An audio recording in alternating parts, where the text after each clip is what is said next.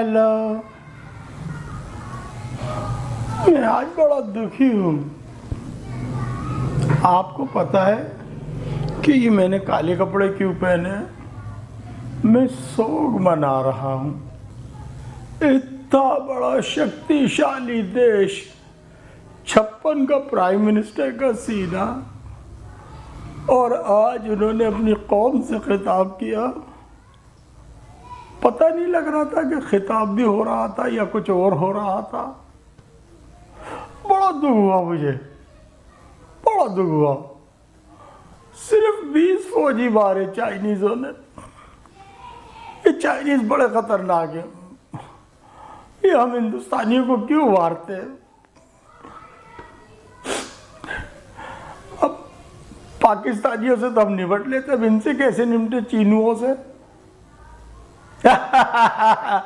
اینیوے ہائے، میں ہوں آپ کا اپنا میزبان زید قریشی، ایک اور نئے زبردست پروگرام کے ساتھ۔ سب سے پہلے آپ سے درخواست ہے کہ اگر ابھی تک آپ نے ہمارا یہ چینل سبسکرائب نہیں کیا تو پلیز اس کو سبسکرائب کر لیں۔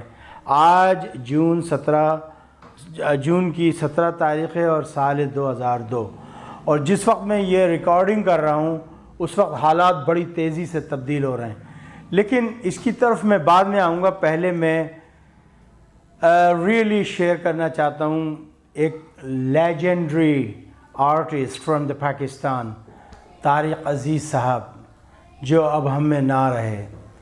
اور مجھے اچھی طریقے سے یاد ہے تاجدار عادل ریکارڈنگ کر رہے تھے نیلام گھر کی۔ ہمارے سعید پہلوان سیکیورٹی گارڈ ہوا کرتے تھے پاکستان ٹیلی ویژن پر، تو انہوں نے مجھے 2 پاس لا کر دیے، تو ہم گئے تھے طارق عزیز کے چکر میں کہ بھئی طارق عزیز سے ہماری ملاقات ہو جائے۔ لیکن اس دنوں میں خوشبخت شجاعت نے وہ پروگرام کیا تھا اور اس میں ادا جعفری صاحبہ آئی تھیں۔ تو تاجدار عادل بھائی سے تو ہمارا بڑا پرانا رشتہ ہے۔ پھر جب ہم میڈیا میں BBC سے منسلک ہوئے تو کئی انٹرویوز ہم نے ان کے کیے، اور بالخصوص مجھے ان کی شاعری بہت اچھی لگتی ہے۔ اس کے بعد طارق عزیز صاحب سے میری ملاقات ہوئی لاہور میں، جب میں لیجنڈری آرٹسٹ زبیدہ خانم کا انٹرویو کرنے گیا۔ ہمارے علی سلمان بھائی تھے جو آج کل امریکہ میں ہیں، میرے خیال میں BBC سے وابستہ تھے، تو تب میری ان کی ملاقات ہوئی تھی۔ تو بہت سے سوالات جاننے کی کوشش کی۔ انتہائی ٹیلنٹڈ، بہت ہی پڑھے لکھے آدمی تھے۔ تو میں نے ان کا ایک پروگرام دیکھا تھا جس میں یہ ہجرت کا غم بتاتے بتاتے رو دیے تھے کہ جب ہم لاہور آئے تو کہنے لگے کہ جی کہاں جانا ہے، کدھر جانا ہے، اور یہ مہاجر آئے ہیں، یہ پتہ نہیں کیا کیا بتایا، اور انہوں نے رونا شروع کر دیا طارق عزیز صاحب نے۔ تو طارق عزیز صاحب مہاجر تھے، جالندھر سے ہجرت کر کر آئے، سن 36 کی پیدائش، 11 سال کے تھے۔ اس کے بعد بڑا نام کمایا، ریڈیو پاکستان سے وابستہ ہوئے۔ پھر پہلے اناؤنسر جو تھے وہ طارق عزیز صاحب ہی تھے PTV کے اوپر۔ پھر فلموں میں کام کیا، اور کیا خوب آواز پائی تھی، کیا صوتی اثرات تھے ان کی آواز میں، زبردست۔ اور اسپیشلی نیلام گھر میں جب وہ آتے اور کہتے دیکھتی آنکھوں اور سنتے کانوں کو طارق و شہلا اور رخشی کا سلام پہنچے، تو بہت اچھا لگتا تھا۔ یہ ہمارے بچپن کے دن تھے جب یہ نیلام گھر آیا تھا۔ ہمارے ہاں black and white television ہوا کرتا تھا۔ ہمارے دوست سعید صاحب اور مرتضیٰ بھائی، یہ ہمارے علاقے کے بڑے لوگ PTV میں جو ہے بھرتی تھے، تو یہ کرتے تھے۔ پھر سلیم بھائی جو وہاں پریس نکالتے تھے وہاں، پھر ہم وہاں بیٹھ جایا کرتے تھے۔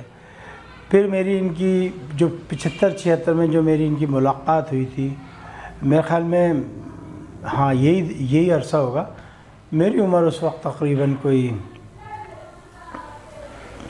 8-10 سال کی ہوگی، اس سے زیادہ نہیں تھی۔ تو میں نے سلام کیا، ہاتھ ملایا، تو مجھ سے پوچھا بیٹا آپ کیا کرتے ہو؟ انہوں نے مجھے ایک نصیحت کی۔ انہوں نے کہا بیٹا دل لگا کر پڑھنا، اور اس وطن کی تعمیر و ترقی کے لیے اپنا سب کچھ قربان کر دینا۔ یہ وطن ہم نے بڑی قربانیوں کے بعد حاصل کیا ہے۔ طارق عزیز صاحب، میں آپ کو سلوٹ پیش کرتا ہوں۔ اس سے اچھا میرے پاس ٹریبیوٹ آج آپ کے لیے نہیں تھا۔ جو خراج عقیدت میں نے ان الفاظ میں پیش کیا ہے، میرے پاس اس سے اچھا نہیں تھا، چونکہ آپ گریٹ تھے، گریٹ ہیں اور گریٹ ہی رہیں گے انشاءاللہ۔ اور جس طریقے سے آپ نے اپنی تمام املاک جائیداد آپ نے حکومت پاکستان کے لیے وقف کیے، یہ بھی بڑا زبردست چیز ہے۔ اور جالندھر سے جب آپ آئے تو آپ کا تعلق پٹھان فیملی سے تھا، تو اتفاق سے مجھے آپ کے گاؤں جالندھر جانے کا اتفاق ہوا۔ جب میں لنڈن میں تھا وہیں سے میں گیا تھا، تو وہ پٹھانوں کا وہ علاقہ اب بھی ہے، اور یہ جو برکی وغیرہ ہیں، یہ جو عمران خان کے نانا ماموں ہیں، ان کے بھی گاؤں وغیرہ ادھر ہی ہیں۔ تو آج بڑا غم کا دن ہے۔ آپ نے دیکھا ہے کہ میں نے یہ کالے کپڑے پہنے ہیں، تو سمجھ لیجیے کہ طارق عزیز صاحب کے لیے بھی ہیں، لیکن یہ سب سے زیادہ جو میں نے پہنے ہیں، یہ میں نے پہنے ہیں نریندر مودی کے لیے۔ آج اوئے ہوئے، آپ نے اس کی صورت دیکھی، ایسا لگ رہا تھا جیسے بٹوئے ورگا، ایسا بٹوئے ورگا۔ اس کی صورت دیکھی آپ نے کتنی اس کی، ورنہ وہ تو ایسا گھن گرجتا تھا، ہم یہ کر دیں گے، ہم سختی سالی ہیں، ہم یہ کرتے ہیں، 56 کا سینہ ہے۔ آج کیا ہوا؟ آج تو آواز نہیں نکل رہی تھی۔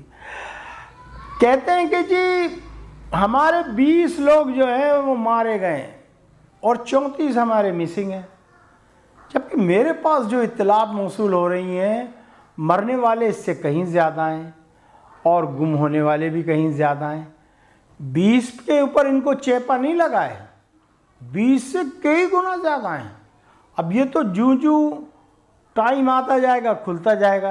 اور دوسری میں آپ کو یہ بتا دوں کہ آج جب اپنی قوم سے مخاطب تھے تو انہوں نے کہا جی ہم اپنے ایک ایک ویر کا، ایک ایک بہادر فوجی کا حساب لیں گے۔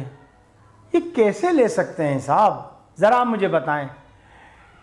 جو بیچارے جنگ پر، محاذ پہ، لام پہ شہید ہوئے ہیں یا مرے ہیں یا جہنم واصل ہوئے ہیں، وہ تو سارے بیچارے نچلی ذات کے تھے، دلت۔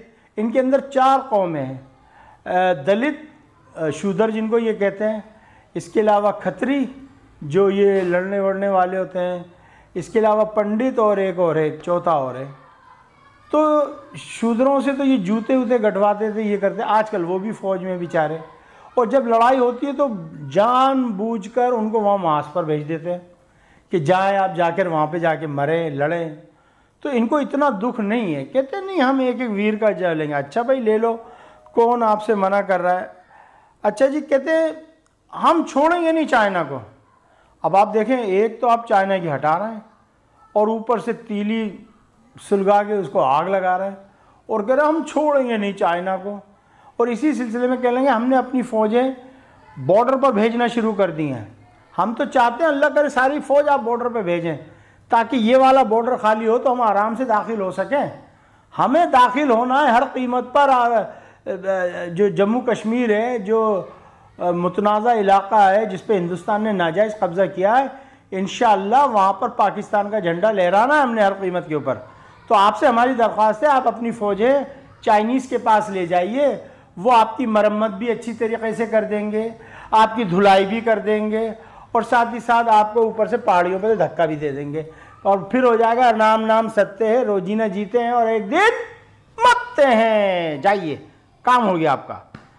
اچھا جی، پھر یہ کہتے ہیں کہ جی ہم نے تقریباً 40-45 جو لوگ ہیں، جو فوجی ہیں، وہ چائنا کے مارے ہیں۔ اچھا بھئی، چائنا نے ابھی تک ظاہر نہیں کیا، ہو سکتا ہے جب جنگ ہوتی ہے، دونوں طرف سے لڑائی ہوتی ہے، کچھ نہ کچھ آپ نے بھی ان کے لڑکائے ہوں گے، لیکن اب وہ چینو بتا ہی نہیں رہے تو ہمیں کیسے پتہ لگے گا کہ ان کے کتنے مرے ہیں۔ لیکن آپ نے جو فیڈ کیا تھا ویسٹرن میڈیا کو، جب انہوں نے کہا آپ ان کو کوٹ کر رہے ہیں اور کوٹ کر کے لے کے آ رہے ہیں کہ جی یہ ہو رہا ہے، تو آپ دنیا کو یہ باور کرانا چاہتے ہیں کہ جی جو BBC، وائس آف امریکہ بتا رہا ہے یہ صحیح بات ہے۔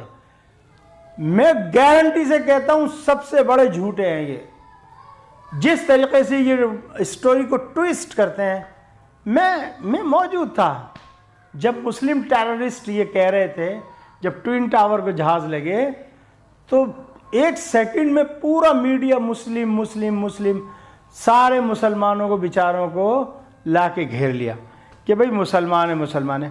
اب آپ دیکھیں اللہ کی شان دیکھیں, یہ کہاں تو کہہ رہے تھے کہ جی ہم پاکستان کی ایسی کی تیسی کر دیں گے, ہم لداخ کے وہاں جب ایئرپورٹ بنا کے ہم گلگت بلتستان کو ماریں گے, ہم یہ چھین لیں گے, اس کے علاوہ سی پیک جا رہی ہے اس کو کاٹ دیں گے, بلوچستان میں جو بلوچستان لبریشن آرمی ہے اس کو ہم سپورٹ کر کے وہاں سے نکال دیں گے پاکستان آرمی کو.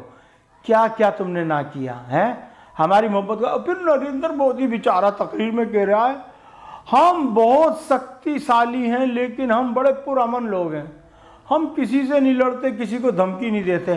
تو یہ اپنے باپ کو دے رہا تھا تو اتنے دن سے دھمکی, پاکستان کو نہیں دے رہا تھا, کس کو دے رہا تھا؟ ابے ہم ہیں بالکل ہمبل لوگ, چونکہ ہمارے نبی رسول اللہ صلی اللہ علیہ وسلم نے جنگ سے منع فرمایا ہے, جنگ اچھی چیز نہیں ہے. ہمارے رسول نے کہا کہ جنگ نہ کرو انلیس تم پر مسلط کر دی جائے, اور جب مسلط کر دی جائے پھر میدان جنگ سے بھاگنا نہیں ہے, پھر ان کو مار کے ان کے گھر تک پہنچا کے آنا ہے. تو ہم آرام سے بیٹھے ہوئے تھے, نہ ہمارا میڈیا تو خیر تمہارا زر خرید غلام ہے, تو وہ بیچارہ کیا کہتا, ان کے یہاں خود صفحہ ماتم بچھا ہوا ہے, ان کی جو ہے بند ہو گئی ہے. اب پھر آپ کے جو لوگ ہیں آپ نے دیکھا کہ جی او ہو یہ تو مسئلہ بڑا خراب ہو رہا ہے, تو آج آپ نے اختر مینگل کو ہٹوایا وہاں سے, اب آپ چاہ رہے ہیں عمران خان کی حکومت گر جائے. تو ایک بات یاد رکھیں, عمران کی حکومت رہے یا نہ رہے, پاکستان کا ہر شہری محب وطن ہے سوائے چند تم جیسے غداروں کے, میڈیا والوں کے, اور چند ایسے غدار جو موم بتی والے ہیں. لیکن ہر فوجی ہر بندہ محب وطن ہے, اور انشاءاللہ تعالیٰ اگر جنگ چھیڑی تو تمہیں دودھ کا دودھ اور پانی کا پانی پتہ لگ جائے گا. اچھا ہم سے لڑ رہے تھے کہ ہم پاکستان کو ماریں گے, اب انہوں نے کیا کرا ہے کہ ہمارا بارڈر چونکہ بہت اسٹریچ بہت پھیلا ہوا ہے, او کشمیر سے لے کے سیالکوٹ, او ادھر سے لے کے نیچے تک آتا ہے بھاولپور, بھاول نگر, او وہاں تک سندھ کے اندر آپ آ جائیں, ادھر عمر کوٹ کی طرف آ جائیں. ہمارے پاس جو اطلاعات آ رہی ہیں, جو ہماری انٹیلیجنس ہمیں خبریں دے رہی ہے, وہ یہ دے رہی ہے کہ آپ لوگوں کا پورا ارادہ ہے ادھر راجستھان والے بارڈر سے حملہ کرنے کا. آپ نے وہاں پر اپنے جو ایئرپورٹس ہیں وہاں پر آپ نے اپنے جو ہے وہ جہاز پہنچا دیے ہیں لڑنے کے لیے. اب میں کیا کہوں بیچارے, کیا کہوں میں انہیں, اڑتے پھرتے کافی نہیں کہوں, کیا کہوں, میری تو سمجھ میں نہیں آتی آپ لوگ ہیں کیا چیز بھائی. تو وہاں پہ آپ لڑنے کے لیے, پھر آپ اس کو چھوڑیں, نیپال نے آپ کو کیسی مٹی چٹائی ہے اس ٹائم یہ بتائیے بس. نیپال کو بھول رہے ہیں, اور آپ دیکھیے جب جنگ ہوگی تو گورکھا ریجمنٹ الگ ہو جائے گی. گورکھا آپ کے ساتھ جانے والے نہیں, گورکھا اپنے وطن کا ساتھ دیں گے. جب آپ نیپال پہ حملہ کرو گے ایک بھی گورکھا آپ کے ساتھ نہیں آئے گا. آپ کیا سمجھ رہے ہیں, آپ نے کیا گورکھا, وہ گورکھا سمجھا ہوا ہے انگریزوں کے زمانے والا, کہ وہ جو انگریزوں کا وفادار تھا وہ تو مال پانی کھلاتا تھا انگریز گورکھا کو, تم کیا کھلاتے ہو, تم تو ان کو بیچاروں کو دال بھی نہیں دیتے. ابے بھائی ہماری فوج میں آؤ, تمہیں مرغ بھی ملے گا, مسلم بھی ملے گا, گوشت بھی ملے گا, بڑا بھی چھوٹا بھی, سمجھ آئی, اور ایسے ایسے ملیں گے کہ تم زبردست ہے. مجھے اچھی طریقے سے یاد ہے, میں نیا انگلینڈ گیا تو ایک فیکٹری میں کام کر رہا تھا پارٹ ٹائم. تو وہاں پہ تو میں نے جو ہے وہ وہاں سے کام کر کے یونیورسٹی سے پڑھ کے آ کے اور تھوڑا سا کام کرتا تھا کہ کچھ خرچے ہاتھ پانی کا خرچہ نکل آئے. تو دیکھو تو میں آیا تو بھوک لگ رہی تھی, میں نے چکن لے لی, تو میں مرغی کی جو ٹانگیں ہیں اس کو میں چبانے لگا. وہ تو ایک ہندو جو ہے وہ سامنے بیٹھا ہوا دیکھ رہا مجھے, اس کا نام دیکھیں ابھی ذہن سے نکل رہا, بڑا اچھا نام تھا.